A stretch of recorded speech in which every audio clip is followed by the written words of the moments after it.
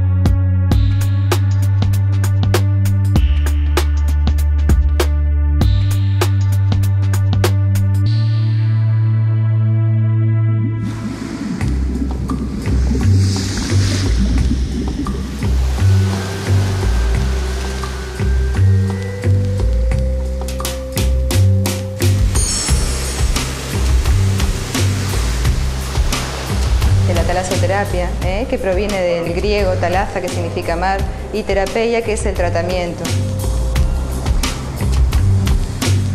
El mar, un gran virtuoso por sus propiedades físico-químicas, por sus oligoelementos, por su riqueza en minerales, todas aquellas propias de la naturaleza y que habitualmente nuestro organismo no las recibe por la alimentación, que a veces es muy escasa.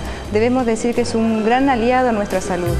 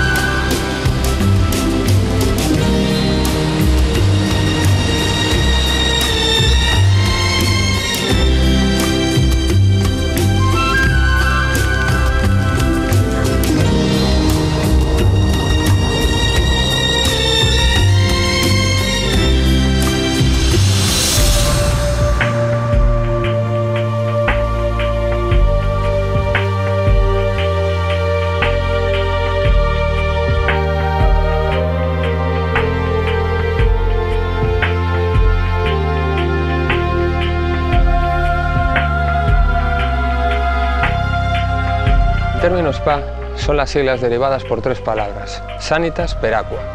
Estas proceden del latín y se podrían traducir como salud mediante o por medio del agua.